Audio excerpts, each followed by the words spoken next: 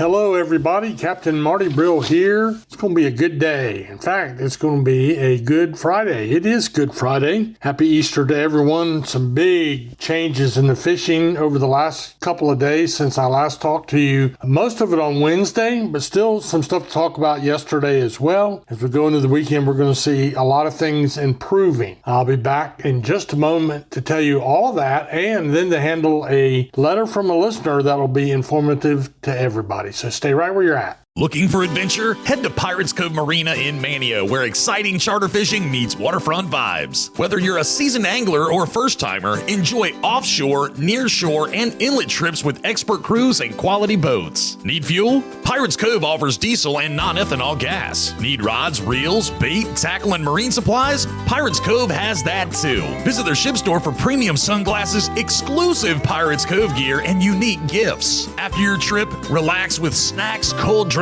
and stunning marina views. Book your charter today at fishpiratescove.com or stop by for a day of adventure, shopping, and relaxation. Catch the big one and make unforgettable memories at Pirates Cove Marina in Manio. When lines are tight and the bite is on, you need fuel that keeps up with the action. Introducing Sport Fisher, the drink built for anglers and adventurers who never quit chasing the next big catch. With bold flavor and serious kick, Sport Fisher keeps you energized from the first cast to the last run offshore. Whether you're chasing tuna, marlin, largemouth bass, or just for a great day on the water, crack open a can and fuel the catch. Grab yours today and learn more at sportfisherenergy.com. Sport Fisher, because legends don't run out of energy. So we talked about the offshore fishing on Wednesday at Oregon Inlet was really, really good.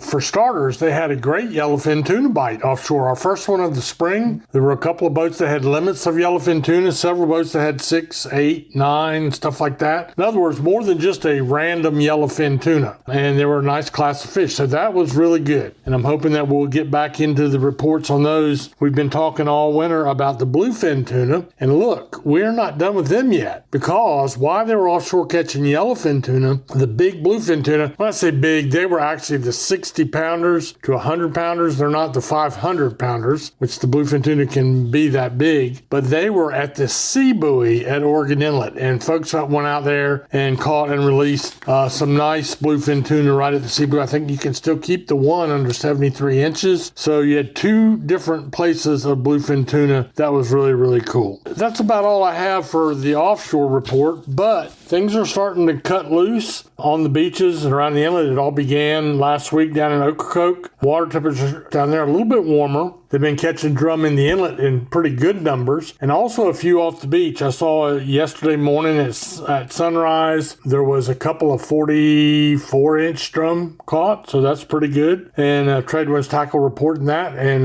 you get out there at sunrise for that morning bite, it's a good time to drum fish, so that paid off for them. So they're catching a few from the surf, a lot more from the boats, and that's true for Hatteras Inlet too. Drum fishing around the inlet has been very good, but they also are seeing the drum moving up the beach. We're getting a little bit of activity, and I have to be careful. I'm not a surf fisherman. If you listen to my program, you know that, but I have friends that are. But ramp 55, ramp 49, these are the ramps down below Cape Point. These are down on the south end of Hatteras Island. Seems to be where there's a little bit of a bite. All these areas we're talking about are catching a scattered sea mullet. Ocracoke actually had a few croakers in their catches as well, but we had the puppy drum, a few yearling drum, a scattered black drum, and some fish as far north as Avon, although I couldn't confirm that yesterday, but it sounded like there's a few puppy drum and sea mullet starting to show up in Avon as well. So that's good. If you have a boat, the inlet bite is the way to go. If you don't have a boat, all of our backcountry boats, our inlet boats, are geared up, and there are plenty of them available right now. Good way to spend your charter money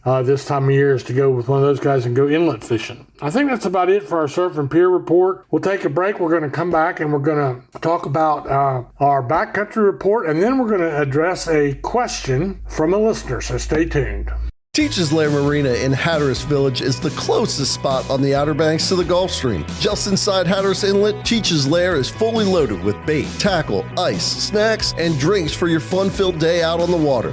Want to get rigged up to catch the big one? Lee and the gang in the tackle shop can outfit you to catch whatever is eager to get hooked. To see the marina, the tackle shop, or to book a charter, go online to teacheslair.com. Teaches Lair Marina in Hatteras Village. Your fishing venture awaits. I did not have anything to report yesterday from the Sound or the backcountry. I do know the last couple days the rock bite started improving again in the inland rivers in the Western Sound. So I just couldn't find a confirmation of that for yesterday. So we won't waste airtime there, but we'll get on to this question. Really appreciate Eric from, and I'll probably say this wrong, from Powhatan or Powhatan? Powhatan, I think is right, Virginia. He's coming down this weekend to fish on Hatteras Island. And he knows a little bit about some locations on the very south end of the village, on the south end of the island. He asked me, is there any place I could recommend between Ramp 55, which is really the southernmost ramp right there by the ferry boat docks, I believe, and the Pole Road, which I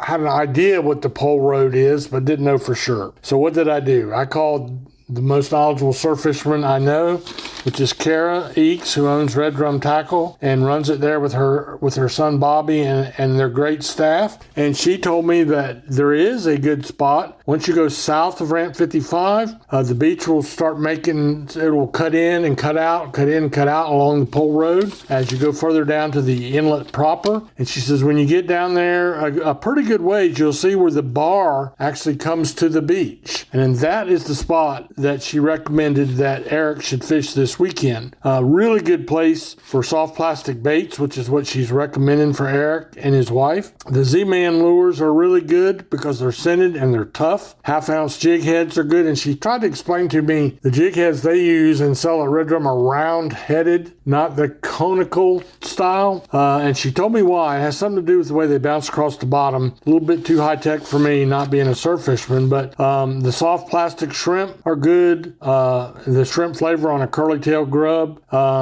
Also in chartreuse or copper penny. I think those are colors of those grubs. You can see my ignorance, but Eric, I hope that you'll take the time to go by Red Drum Tackle. They're right in Buxton, right there, the closest place to Cape Point. I already told them you're coming. So go in there and just tell them you know Captain Marty and ask that question to them. But thanks, Kara and the crew at Red Drum Tackle. They're a longtime supporter and sponsor. Great place to stop on Hatteras Island. And that about does it for our fishing report for today. That's a lot better than what we've been having. Looking forward to a great Easter weekend. Nice day at church out here in the country. It's almost time to start planting the regular vegetables in the garden. I've got my potatoes, radishes, turnips, carrots in the ground, along with all my other stuff, my perennials, my grapevines, and blackberries. All those things are all starting to come into play now. It's going to be a great summer, and I hope you have a great and happy Easter weekend, and we are all blessed by the good Lord on this great weekend.